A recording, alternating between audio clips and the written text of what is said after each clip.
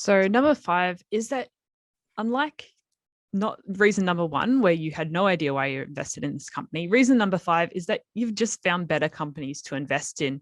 And there really is an opportunity cost to everything we do. When we make one decision, we potentially take another one off the table. And so by choosing to invest in company A, we might be removing the cash from our balance that we could have invested in company B. And so sometimes we have to choose, and we can't just invest in every awesome company that comes our way, which is always challenging for me because I get really excited about different companies, and then sort of move on to the next thing. So at the moment, it's just sort of slowing down and really being a bit more mindful about what I invest in, rather than just sort of going, oh, that is such an interesting company. Oh, that one is too.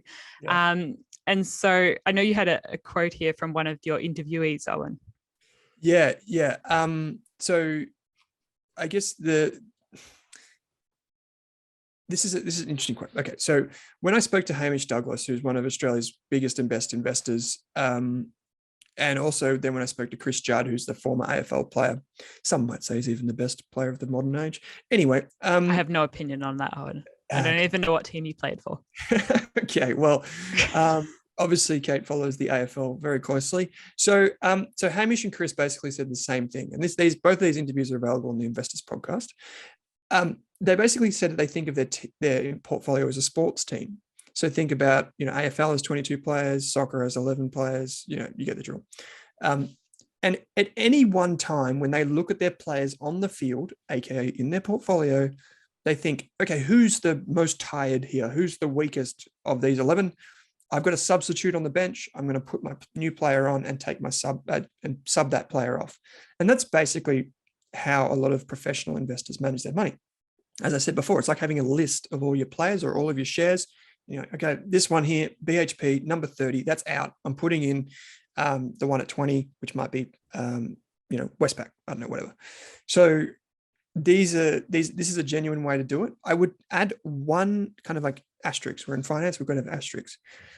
Chris Judd and Hamish Douglas use this strategy to manage their portfolios because what they basically want to do is they always want to be invested. Now, that's different to some individual investors who don't always want to be invested. Sometimes they don't want all of their money in stocks. Sometimes they want it in cash or bonds or property or gold. So it can be a slightly different arrangement. We've said in the past, Kate, that we are big advocates for an emergency fund. So this would not be like you put your money in to your portfolio and it's always fully invested. Yeah. This is like literally just whatever money you've got in your investment account, that's the sports team. So keep that in mind. It's a really good way to think about it. And we call this in finance, we have a fancy word for this. It's called opportunity cost. It's like if you have $5 and you want a cake for $4 and a coffee for $3, you can't have them both. So which one are you going to have? There's a cost associated with not picking one of the things. So that's the same as investing. Yeah, I think even writing a list of all the companies you invest in and maybe even trying to rank them or put them into your high conviction, moderate conviction, and very low conviction, or somehow categorizing them if you have ended up with a few companies in your portfolio could be just a thought process to go through to try and work out what you want to keep. And if you have found some new interesting players for your team, what you might potentially want to take off the table. Because unlike the big investors, most of us, we're only getting cash to come into our investment portfolios potentially from our day jobs. And so there's not an unlimited cash pool to keep pulling from to invest in new companies. It's not inflows from new investors. So you only have a limited amount of money. And so you do have to make some tough decisions sometimes about what goes in your portfolio, because you don't want to touch your emergency fund and you don't want to touch the savings that are going to other goals. So sometimes it is hard. Like recently, I haven't had any additional money apart from the money I've got sort of automated each month to go into my investments. And so I've been going, well, do I want to reallocate any of the funds I've already got invested, or am I happy with the current layout of my portfolio or my investment team? Yeah, that's it. This is where, so most of the listeners that follow this show or our investors podcast know that investing in shares is actually investing in companies. And it's not about watching things bounce up and down on a stock screen, even though that's how it feels a lot of the time. What it actually is actually understanding companies and investing where you believe the world is going.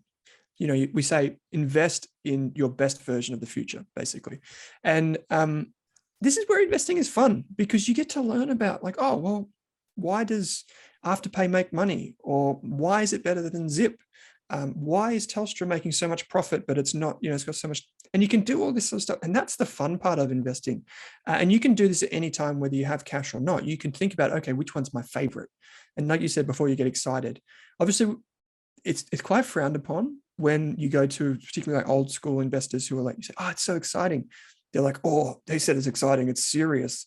It is, but it can be fun. And that's what we try and bring to investing too. So here's a really interesting quote from Warren Buffett. And this quote is about making better decisions. And it comes back to that Annie Duke thing as well. And the quote is, I could improve your ultimate financial welfare by giving you a ticket with only 20 slots in it, so that you had 20 punches, representing all of the investments that you could make in a lifetime. And once you'd punched through the card, you couldn't make any more investments at all. Under those rules, you'd really think carefully about what you did, and you'd be forced to load up on what you'd really thought about.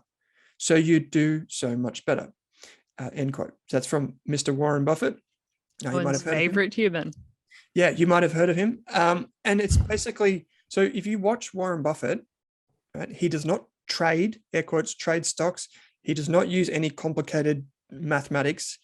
For most of his life, he hasn't had a computer. He's never used social media for these types of things. Doesn't he still eat McDonald's every day? He'd eat McDonald's and have a can of Coke, and he'd go to the steakhouse all the time.